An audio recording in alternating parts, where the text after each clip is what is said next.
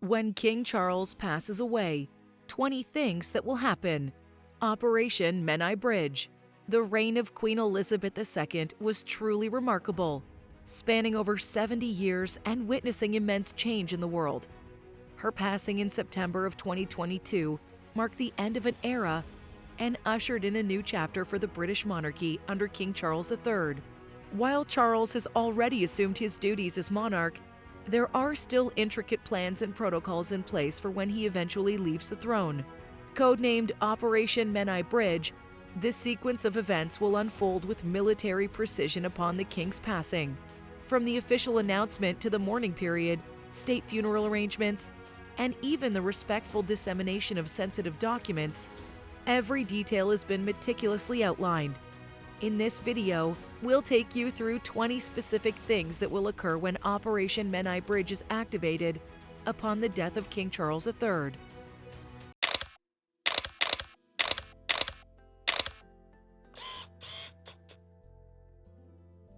Number 1. Immediate royal notification. When the sad day comes that King Charles passes away, a meticulously planned operation codenamed Operation Menai Bridge will immediately kick into action. The very first person to be informed will be the king's private secretary, who has the solemn duty of breaking the news. They'll then quickly set off a chain of notifications, first contacting the Prime Minister at 10 Downing Street with the coded phrase, "Menai Bridge is down," to discreetly communicate the king's passing. The cabinet secretary and most senior ministers and officials will also be urgently alerted. Behind the scenes, the government will rapidly respond.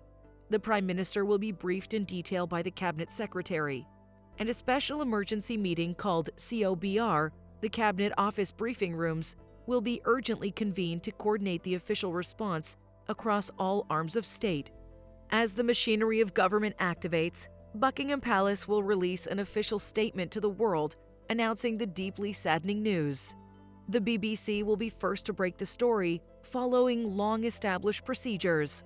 Other broadcasters and news outlets will quickly follow suit, delivering this tragic announcement to the nation and beyond. Number 2. Somber public announcement.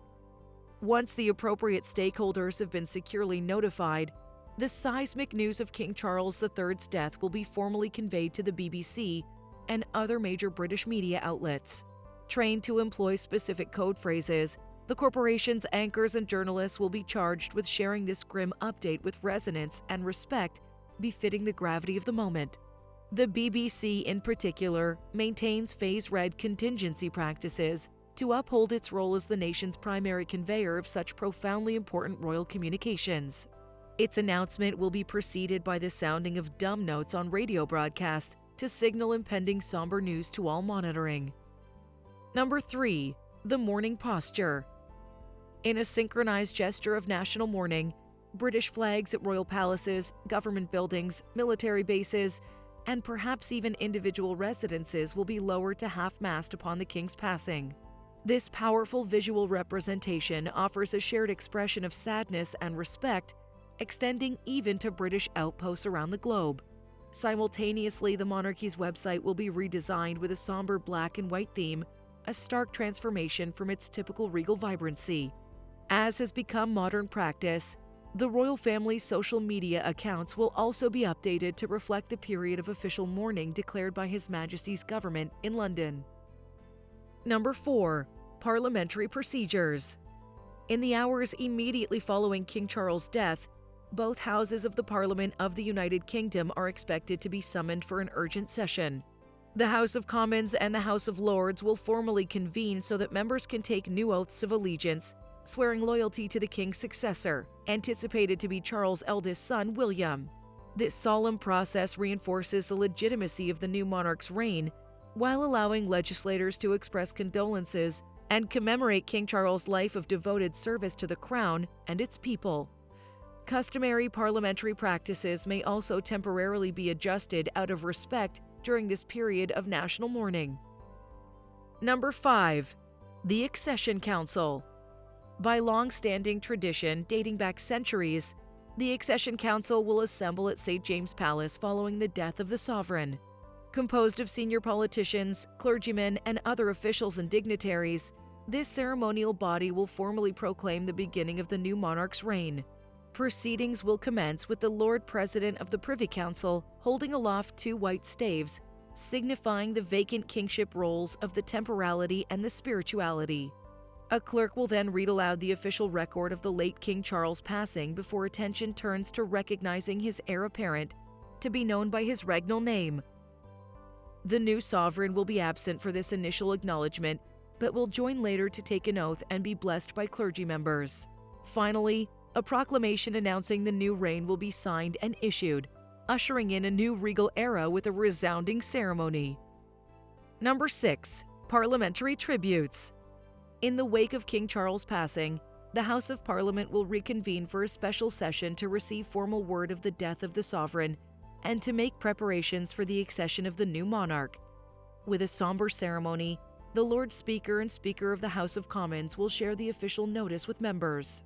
After periods of respectful silence, the House will allow parliamentary leaders, prime ministers past and present, and long-serving members to rise and offer biographical tributes honoring King Charles' life, reign, and service to the nation. Members will have the opportunity to reflect on historic moments, royal milestones, and personal interactions with the late sovereign. Though the debates may temporarily be more subdued, Parliament's role in facilitating the continuity of the monarchy underscores the Crown's enduring importance as the nation's head of state. Number 7. Logistical accommodations. As the United Kingdom enters a period of official mourning, certain public-facing operations and services are expected to make temporary adjustments out of respect and logistical necessity. Schools, businesses, transit services, and even court proceedings may alter their hours or schedules for a designated span of days. The Church of England, whose supreme governor was King Charles himself, will also issue special liturgical provisions and accommodations for services and ceremonies. Royal households will enter a customary period of mourning, with members of the royal family adhering to prescribed dress codes involving black attire. To ensure the nation can grieve collectively, a nationwide day of the event is likely to be declared to coincide with preparations for King Charles' state funeral. Guidance for appropriate displays of mourning and circumstantial closures will be provided to the public and private sectors. Number 8. The lying in state. Following centuries of royal funerary tradition, the body of King Charles will lie in state for a number of days in London prior to the state funeral service. This will allow members of the public to pay their final respects and bid farewell to the late sovereign. After being brought from Buckingham Palace or another royal residence, King Charles' coffin is expected to be placed in Westminster Hall, the ancient building on the Parliament grounds. Day and night, a vigil guard of royal military units will stand stoic watch over the catafalque while mourners file solemnly past. As was witnessed after the Queen Mother's death in 2002 and Queen Elizabeth's in 2022, huge queues of the dedicated public are anticipated to form, with some spending over 24 hours waiting for their chance to briefly pause before the scepter-adorned coffin and contemplate the life and legacy of Britain's departed king. Number 9. National funeral protocols. In the aftermath of King Charles' passing, the Lord Chamberlain's committee will urgently convene to begin mapping out the exhaustive details for the state funeral and related ceremonial proceedings. This special group of senior royal bureaucrats has for decades discreetly planned for such an inevitability. Every component must be arduously plotted, from the precise route of the coffin ceremonial procession through the streets of London to Westminster Abbey, to the order of service and the positioning of the roles of military regiments and other participants. Seating plans, dress codes, and security measures will all be determined and scrutinized extensively. Of particular complexity will be the coordination with the Palace of Westminster and British government for the involvement of Parliament and the use of state resources. The funerary rites must befit a departed sovereign and head of the Commonwealth while appropriately celebrating King Charles' life and reign. Number 10. Global guests and dignitaries. Though a massively complex domestic undertaking, the royal household will also be charged with issuing official communications and ceremonial invitations to head of state, foreign royalty, and diplomatic representatives from nations around the world. Certain Commonwealth countries like Canada, Australia, and New Zealand will be extended particular acknowledgement given their historical ties to the British Crown. However, the royal family will ensure that all nations with bilateral relations, allies, and global institutions have been properly included in accordance with protocol. World leaders like presidents and prime ministers will be expected to attend and pay respects, as well as members of other reigning royal houses from Europe across the globe. Familial relations, such as to King Charles' sons, Prince William and Prince Harry, will also be advised and welcome to take part in the solemn proceedings, honoring their father the king. Number 11. Economic reverberations. The passing of a British monarch has significant economic implications that ripple across the public and private sectors. On the day that King Charles' state funerals held, it's anticipated that the London Stock Exchange and major banks will close their doors entirely out of respect and logistical necessity. This nationwide work stoppage will represent an extraordinary pause in the typically relentless pace of British financial markets and commercial operations.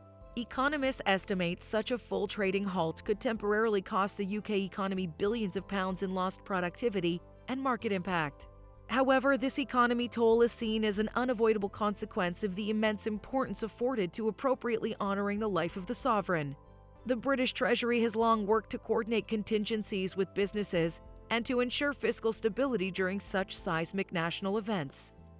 Number 12. A day of mourning and closure. There's a strong likelihood that the day of King Charles' state funeral will be formally declared a national day of mourning across the United Kingdom. Government guidance would be issued designating it as a special public holiday and day of the event.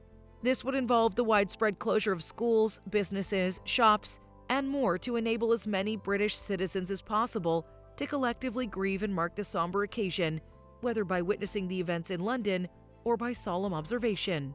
Only roles crucial to maintaining essential services would continue standard operations.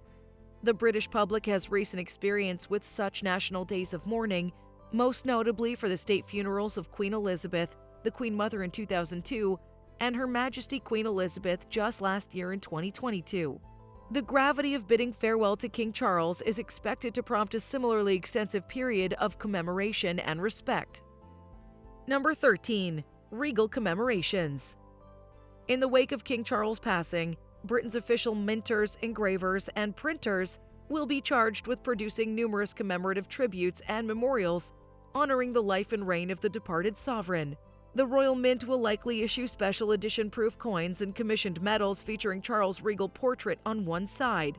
The Royal Mail can also be expected to produce unique stamps and philatelic collections capturing significant milestones from his decades of service as the Prince of Wales through his time on the throne. Other symbolic items like banknotes and medals may also be sanctioned to mark this transition between monarchs. These commemorative pieces will become treasured keepsakes and collector's items for those wishing to permanently preserve memories of King Charles and this era of British history. Number 14. Changing symbols of the monarchy. More than just commemorative tokens, King Charles' passing will necessitate extensive updates and revisions to many national symbols, motifs, and emblems that traditionally bear the image of the reigning monarch. Over time, all new issues of British currency, including pound notes and coinage, will gradually transition to display the portrait and insignia of the successor king. Government buildings, military insignia, passports, mailboxes, and other official resources will similarly need to incorporate the updated regal ciphers and heraldic representations. This will be a lengthy logistical undertaking requiring close collaboration between the royal household, the Royal Mint, and numerous agencies and ministries. But it reflects the enduring importance of properly depicting the individual who heads the British constitutional monarchy as sovereign. Number 15. Ceremonial military tributes. As the Commander-in-Chief of Britain's armed forces, the death of King Charles will be profoundly felt and honored by the nation's military services.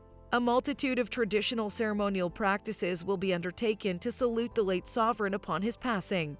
Immediately following the official announcement, ceremonial gun salutes will ring out across the United Kingdom and from naval vessels at sea.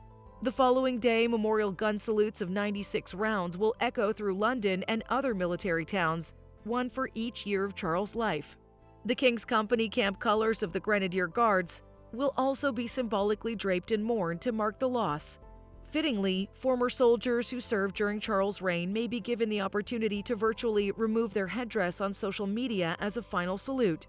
Most interestingly, the late king's coffin will be accompanied throughout its solemn procession by a named contingent of service members serving as devoted pallbearers. Elaborate military parade choreography and precise formations will underpin the grand state funeral to bid farewell to their sovereign leader. Number 16. Changes to the national anthem. One of the most symbolic revisions following King Charles' death will be the updating of the national anthem lyrics to properly reference the accession of the new monarch.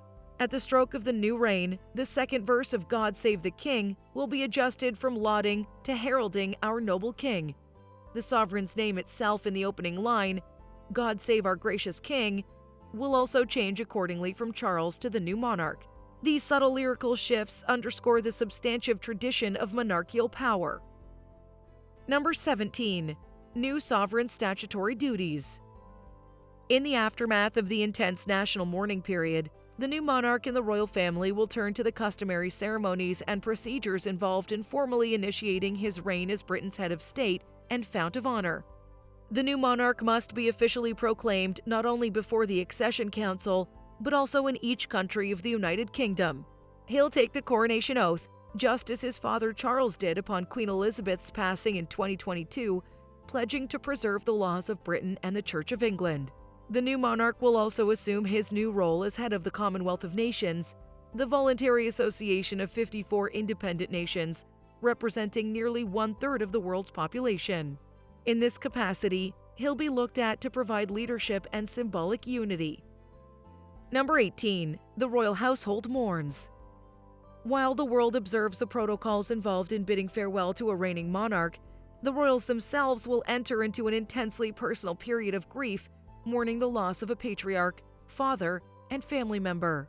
As head of the Windsor clan, King Charles merited the highest level of royal ceremonial mourning traditionally observed by members of his household.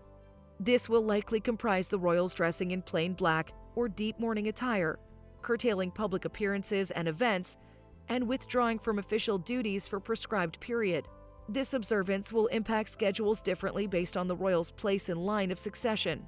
The new monarch and heir apparent will be expected to resume duties sooner, while others, like the Sussexes, may have the option to spend additional time in private mourning. Number 19. Accession of new monarch.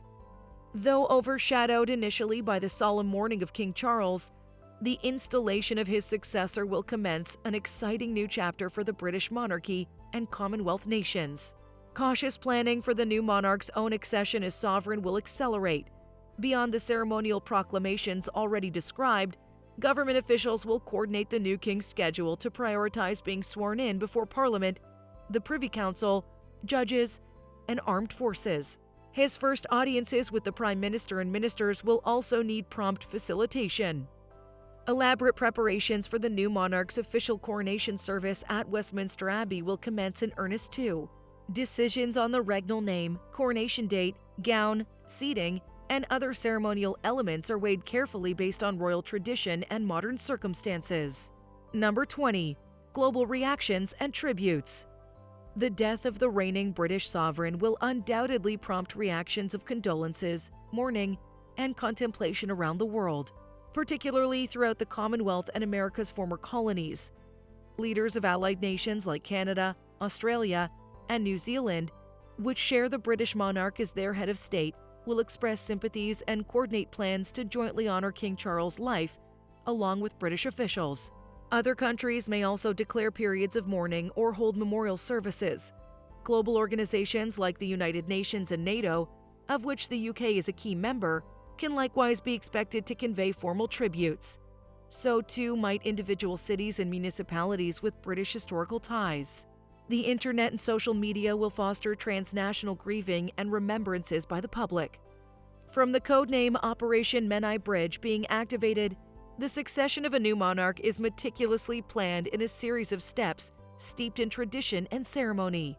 Do you think these protocols are still relevant in modern times? Or is it time for a change? Let me know your thoughts on this process in the comments below. If you found this video informative, don't forget to leave a like and share it with others who might be interested. And if you haven't already, subscribe to the channel and hit the notification bell so you don't miss out on future videos. Thanks for watching, and until next time, bye!